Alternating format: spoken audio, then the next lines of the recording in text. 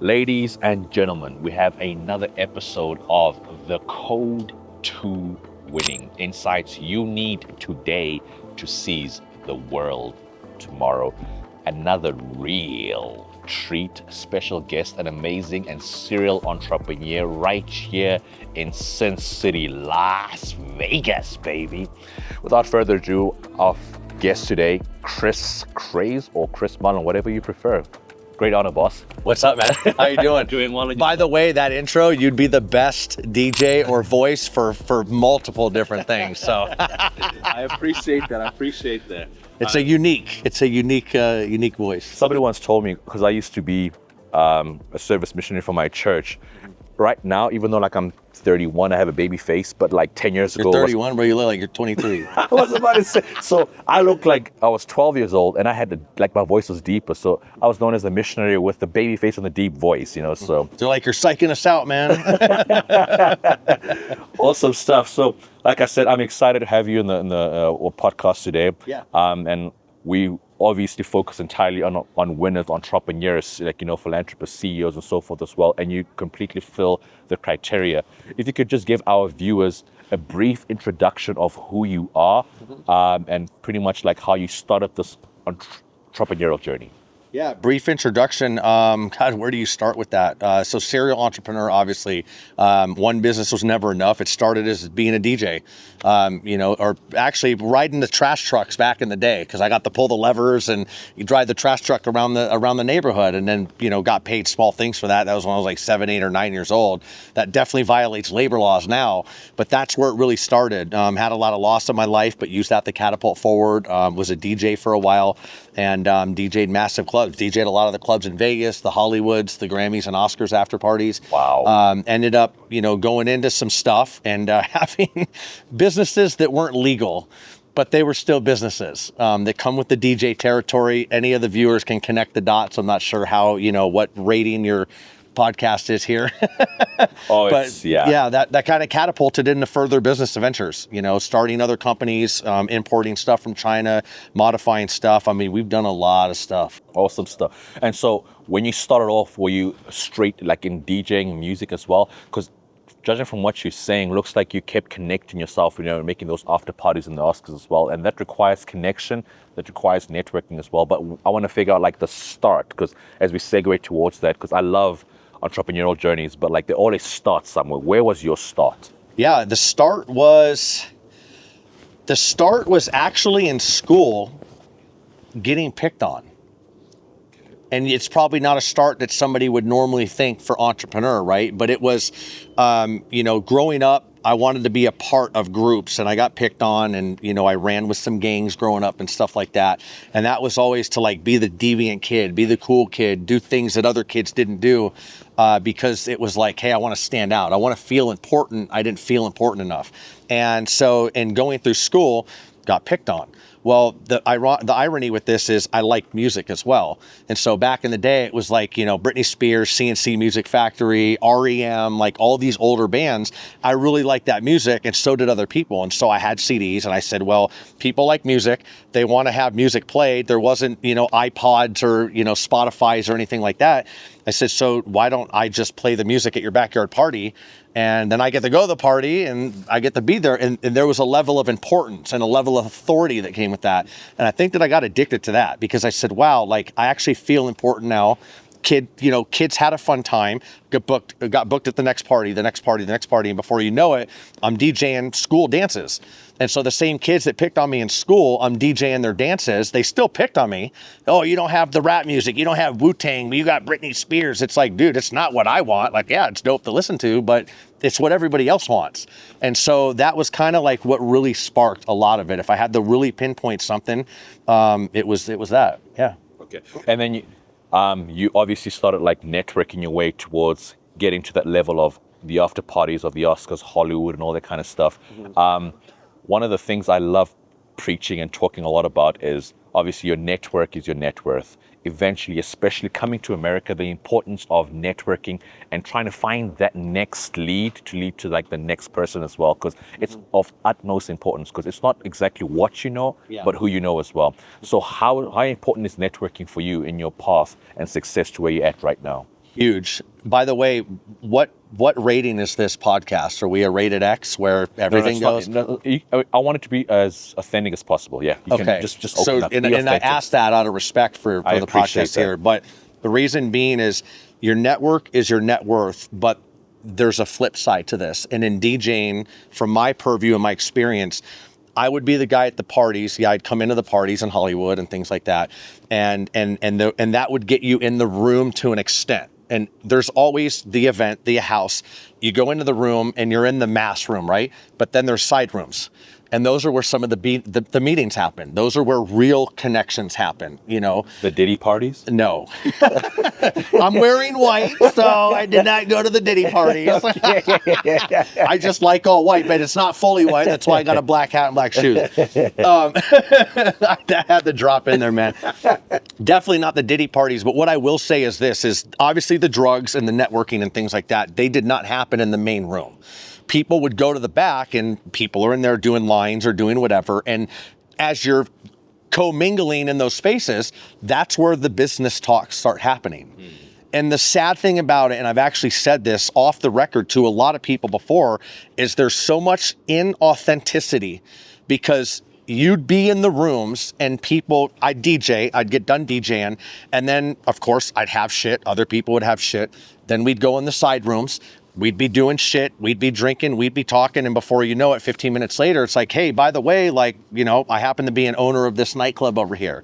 Or by the way, I happen to be an owner of a football team. And the thing is I'm in the room with this guy right now at this insane level of a stature, literally because of a substance that is sitting on the table here that we're both fucking enjoying. Okay. And the problem is it's great. A lot of it's taught. A lot of it, some of it turns into stuff later on. But the problem was at the end of it, I think it takes a real person to go, this is an inauthentic relationship. Like, how can I take this person serious when we do any business ventures down the road because we met in the bathroom over some lines? It was, and I had a problem with that. And there was a ton of these parties like that. And it was crazy because I remember thinking to myself, wow, there's people that would give their entire life to get in the room with a person like this over a real business deal, over a real opportunity, over something that really meant the world to somebody. Somebody that could be the best graphic designer in the world or the best video editor or the best at whatever they do. But they don't get the chance to do that because maybe they don't do lines. You know what's crazy when you mention that? I once heard a saying that the saddest moment in your life is when you realize that your role models aren't the people that you thought that they were as well. You know what I'm saying? And I think it's important for us to choose the right people to associate ourselves with, the right role models, the right people to look up to, and also the whole Jim Rohn phrase, you're the average of the 5 people you hang out with as well, which kind of like segues to like the question I want to ask you. So how did you end up like finding a different path? Because I would assume it's so sad when you get to see what's happening, how unauthentic Hollywood may be from what we're seeing. How did you segue out of that kind of scenery to kind of like head a different trajectory as well? I mean, blatantly put, it was a hard segue. You know, I was wheeling and dealing. I was working with, big enterprises, cartels, working with them, not for them. Very big difference. And I knew, hey, it's going to end up in death, or it's going to end up in jail, or maybe I get lucky and I just stop at some time and make another way out. And I guess unfortunate for the situation, but actually very fortunate, got caught with a lot of stuff at multiple times, at least twice, and ended up having very good lawyers. And I call it insurance, put a lot of money away from that. But that was a turning point where I literally got a second chance at life. Doctors are coming in. I was in the military for a bit. So the doctor or the judge said, hey, you're caught with this. You need to go to this Casa by the Sea that's $150,000 a month for the next year. Like the judge was trying to like really stick it to me and drain my bank account. Well, the caveat to this was the judge can't tell the doctor where to send you or tell you where to go to get medical treatment.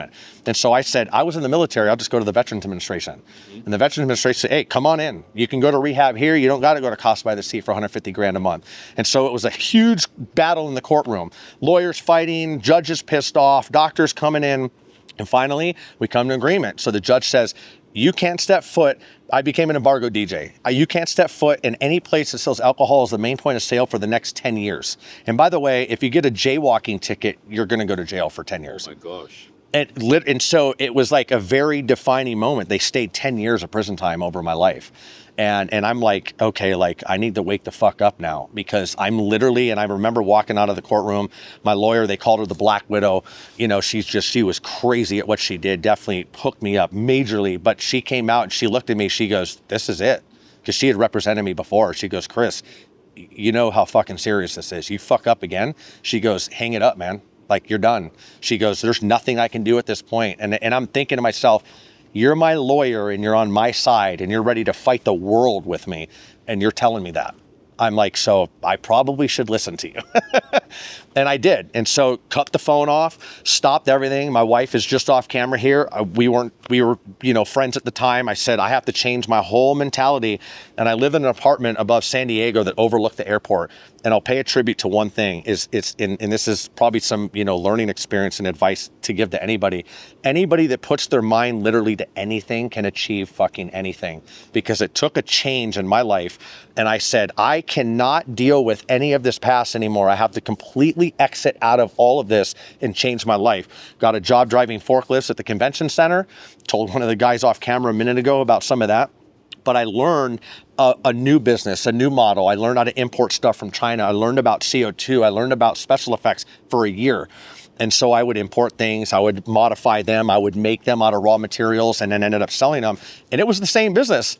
I'm buying something, I'm doing something different to it, and I'm selling it for more. It was just legal at this time.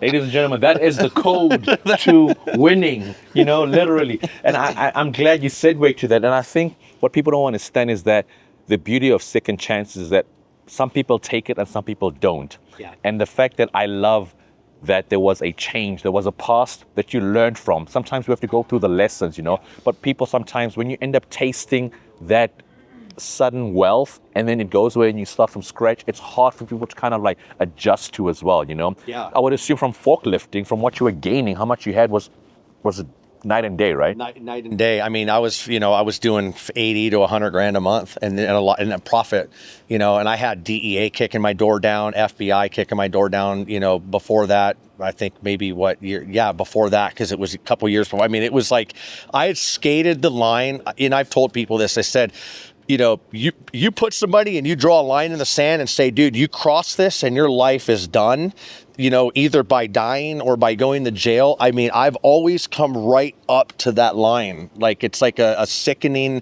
thing, legally, recklessly, after losing my dad, how many, substances in the same, but I never crossed it. So I'm still here and I'm successful now.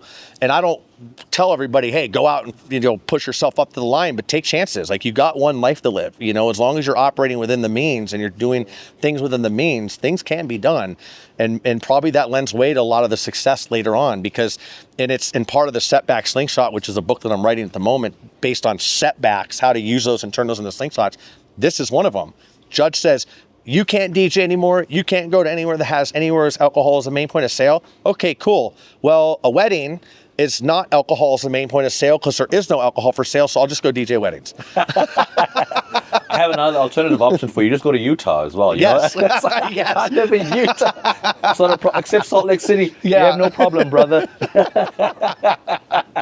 So now, segueing to a new topic right now. Yeah. I'm so grateful for that background and the story as well. Yeah. And I want to focus right now on this new journey that you're currently in, that you started as well, especially with, it's almost like wholesaling that you were doing, right? Because you got stuff from China, you fix it up and then you end up selling it as well. Can you kind of go a bit in depth? I know you kind of explain it, but a bit more in depth with what you did and how you end up just branching out as well with that. Yeah. So at that time we had an apartment. I overlooked the airport, and it was a blessing in disguise because I would stay up all night and you'd hear the traffic going by on the freeway, and it was just busy, busy, busy, busy. If I went to sleep, I'm like, oh my God, these cars are driving, people are moving, things are happening. I need to move. I need to learn. I need to do something. And it was an addiction to learning. So learn about the CO2, learned about, how to make these products, how to import them, about changing things around. Obviously that led into another setback where we're importing stuff from China, and the problem at the time is back then, I mean, this is like 2010, 2009, 2011, wires took 2 weeks to get over to China. So you go to the bank, send a wire, 2 weeks to get over there, and then they have to get the product and procure it or do whatever, move it, and then send it to you. You're looking at a month, even if you send it electronically, which is funny because nowadays it's a month if it comes on a slow boat, and that was them sending it to me on DHL or FedEx. So I said, there has to be a better way. So find out Western Union, send them money in minutes at Western Union. Guess what? After $500,000 later, I get hit with the IRS with an audit. Where's all this money going? Why is all this money going to China? Where's your receipts? Where's your proof? Oh, everything's here, open book. Boom, 3-year audit. So another setback because of that. So it was like I did the right thing. I went into the right business, but now all of a sudden I'm getting punished again because I just wanted to get my money to China faster so I could get the product faster and sell the product faster. And to go into the product detail, it was finding things. China will copy anything. So anybody that has any idea, I mean, unless you've got a connection over there and you're working directly with somebody over there that can police somebody, like they will rip everything off. There's people that sell iPhones off to the side, whether you want to believe it or not, that are just as good as iPhones, probably the same thing with just no Apple logo. I mean, there's companies that I work with over there that they'll sell me main brand companies equipment, CDJs for DJs. I can get the exact same setup with no Pioneer on it, and it's a fraction less. Moral of the story, they copy everything. They will sell everything off to the side. They don't give a shit. And so in doing that, I said, I need to have a product that stands out, that I can control, that I don't need to rely on them, and I don't want my product that they're selling to me that they're selling to somebody else. So I said, if I get the product and we modify it at my shop, minimal work, then we sell it to the customer. Now we give a better product to the customer than they would get from China. And so everybody else in the marketplace would get the same product from China and it would fuck up. You know, it would default, it would have a problem, it would error out, and then people would have to send it back and spend more money and time. And then they go, why is this guy's product so much better? And it was because we were modifying it here. And that's literally what it was. You know, it's crazy that you mentioned that. I mean, it's just so hard for American companies to really compete, because I was in the solar space for 3 years, and they, you know, I remember I did one project when I was still in college regarding how they're trying to build like a solar. They're trying to kind of go towards green energy, but solar is so expensive to produce in America to actually have a company where you can get almost 10 cents to the dollar in China, or even cheaper as well. So I get when you say that, because China's got the resources to get something for a cheaper product, and they could get more considering, like, you know, Chinese yuan and the US dollar. So they have the market in the US and they got the products in China. So it's so, even if you look at like Apple assembles all this stuff, like, you know, here in the US, but everything is built in China, like Tesla, everything all, you know. So it's, what I was going to say, and it goes along with what you're saying, it's we have to look at the education system. Ironic, because that's a big topic now, right? And we outsource stuff all over the world. I got dev teams in India. I had my accountant in India for many years. Don't have it anymore there for many reasons. But we had a lot of manufacturing in China. Their entire culture, when somebody can understand the culture themselves, and I haven't been to either one of those countries, but I understand the culture there from the business side of things, and that China is heavy on manufacturing, on assembly lines, and that's what they're brought up in. Whether it's illegal labor or whether it's taught in the schools, they understand it better. And the Chinese culture, along with the Japanese culture, is you do what you're told, you don't deviate, which makes us who we are as America. Because America always wants to, I this water bottle, I'll make one better. I'll do this better. I'll make it more efficient. I'll change it. I'll adopt it. That's bad in some senses. Like there's businesses in Vegas here that I've gone to get boards manufactured, and they go, we're not going to manufacture the boards here. We're going to send them to China. I go, why would you do that? They go, because everybody here is telling us what we need to do better to change our boards. That's not what we're paying them to do. We're paying them to make the damn board, and that's it. India, they're huge on numbers. SaaS numbers, development, programs, like that's in their system. And so it's really, it's from my purview of this, it's like looking at what the culture's good at and saying, they're good at this. That's why they can offer a better price at what they do. I love what you're saying. At the same time, I mean, you look at Silicon Valley, you look at Wall Street, it's really got a lot of Indian immigrants, you know. Silicon Valley's got a lot of Chinese and, like, you know, Asian immigrants as well.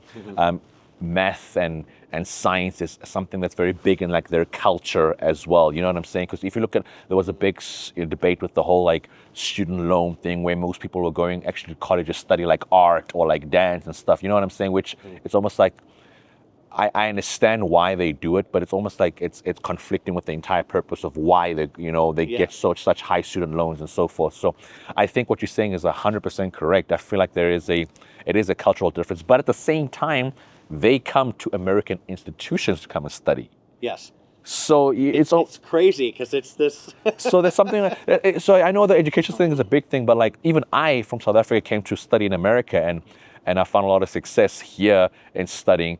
Because I felt like sometimes the education system, it's not perfect, but it breaks things down to the point where you can actually go to certain levels that you want to go to as well. So for instance, if you want to do like a math in my country, if you do either straight math or like a certain level of math, if you go the straight math, you have a better chance of a successful career and in getting opportunity as well. Whereas in America, you can actually start from the basics and kind of go up. So I'm on both sides of the spectrum, if that makes sense, because I feel like, and it's not a one size fits all. I mean, it's ironic. I think the general education system here, we fucked up a little bit, and so we're a sidestep. We need to bring it back onto the rails. It's not a complete off the tracks, but we just got to refocus a little bit.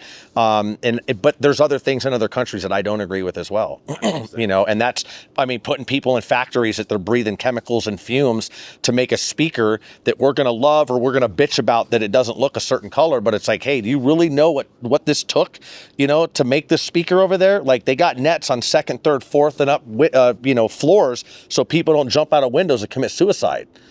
And I've heard this from two different people that have been in China, and they've said, dude, if you are a good person and you care about where your products come from, and some of the businesses that we're involved with, they want to know where the products come from.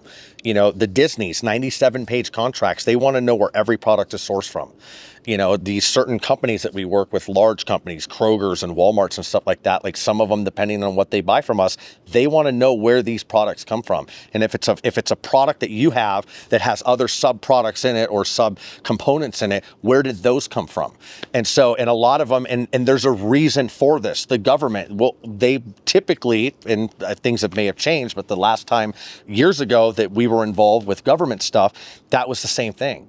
They don't want these things coming from China and things like that because of this. They know what's happening over there. They know that people are working for $2 a day, huffing fumes all day, getting all jacked up in their head. And imagine that. It's like, it's crazy. And they're working 17 hours a day just to go make somewhat of a living for their family, if that even constitutes a living. It's crazy. It's sad. And so the moral of the story was, somebody told me, I wouldn't go over. I'm going to go over there eventually, but they said be careful because it's going to taint the way you see things, man. Every time you buy a product, it's going to be a little bit different. So I'm both ways. Like bring manufacturing back to the U.S. here, or it's hard. It's hard for us to compete. Competing with China. Like, we know what we're competing with. I love that so much. I know right now, currently, you have a company business where you focus as well on trying to elevate other businesses. Can you kind of touch a bit about that as well? Yeah, so we have a movement here and a community, Founders Field Day, and it's not just for founders. It means like founders come here and have a field day with the information, right? But a founder by definition, not the founder definition of like founder for big corporation, starting a big corporation or a company, but founder is anybody who's a free agent. A real estate agent could use this, entrepreneur, business owner, investor, anything like that. And it's content in a community, free newsletter that's based around that and helping people with three things. And it's the first one is, and it's foundational. The first one is confidence and communication, and they're cyclical. You get better communication, you build better confidence. You have better confidence, you communicate better. Once you get that in line, because everybody struggles with this at a certain point, any type of communication, whether it's within yourself, whether it's within your family, whether it's within your workforce, but get the confidence communication down, then you move into get your business and your marketing right. community. So business, marketing, and scaling. And ultimately, the communication is the foundation layer, because then when you get into that, you can communicate with your employees better, you can communicate with your colleagues better, you can communicate better with the people that you're bringing into your system via your own marketing outward. And so part of this is based on psychology as well. And then so it helps the communication and confidence help the business. Then the business ends up helping you again, because then you invest. Then it turns into investing and real estate or into buying other businesses. How does someone join that community? Is it like a monthly fee, or is it like a course? How does that work? Free newsletter. Oh, wow. Yeah, Okay. so we do start with... Do you guys meet like regularly in person? Or We just launched it, so full transparency, this video will be live for a while. Digital real estate, which we're in the digital real estate space really big, as well as actual real estate. But this community we just launched in January. And so this is a culmination of my work over the last 20 years, but also a lot of consultants, a lot of experts, a lot of people that I've been involved in. I think the two attributes that I'd spend to myself is I'm very resourceful, and I'm a Mack truck, like they talked about at the show the other day, like a freight train, just a freight train moving forward. I mean, and so it's how to bring all these together, because a lot of people struggle with different things. And at the core of this, a lot of people are like, I don't know where to turn. Being an entrepreneur is a lonely journey. I don't know, who to look up to for advice. And so if we could be your champion in the corner and we can kind of be the go-to for that, obviously it starts with the community. There'll be things later on. We will offer some programs later on. That's not what we're doing right now. Build the community first, get the community up, offer these programs later on. I have my own programs off to the side that are not part of the community yet that we'll add later on as well. I love that so much. Yeah. Last two questions as we conclude. What's the hardest part about being an entrepreneur, personally for you? Considering you've seen both sides, what's the hardest part? The hardest part about being an entrepreneur is you see the world through the lens of what it could be, but you realize what it is right now, and you realize that your own potential exists to actually change the world or change a business or create something that could do way better than it's currently doing. But which one do you pick? Mic drop. Mic drop. We just end it right there and then. You know Done. It's a wrap. The last question now. Obviously, the code to winning insights you need today to seize the world tomorrow. We ask each entrepreneur and each guest we have in as our guest, what is your definition of winning? It's hard to follow up after that previous answer you gave, so you better think deeply about this one. Definition of winning: expecting that you're going to have losses, understanding those losses are going to affect you in a certain way, taking the way that you feel about those losses and the understanding that you've already had and the new understanding that you will be in that moment, and actually catapulting forward with those losses. And that can be any loss. People are going to have personal losses. You're going to get sued. You're going to have business problems. You're going to have partners that are problematic. And so coming into the space, expecting the absolute worst, not being negative, but absolutely expecting the worst. And then saying, you know what, I'm ready for anything that's going to happen. That's your armor. And going about your business and saying, cool, that shit didn't happen today. I survived another day. I'm ready to wake up tomorrow. And I think the second thing, if I were to add on to any of that, is not only is everything cycles, but every single day is a reset to a brand new day, a brand new opportunity, and literally you choose the direction that you want to go in every day. Obviously, we get stuck in our businesses and we get stuck doing things, and that's when it's not fun anymore.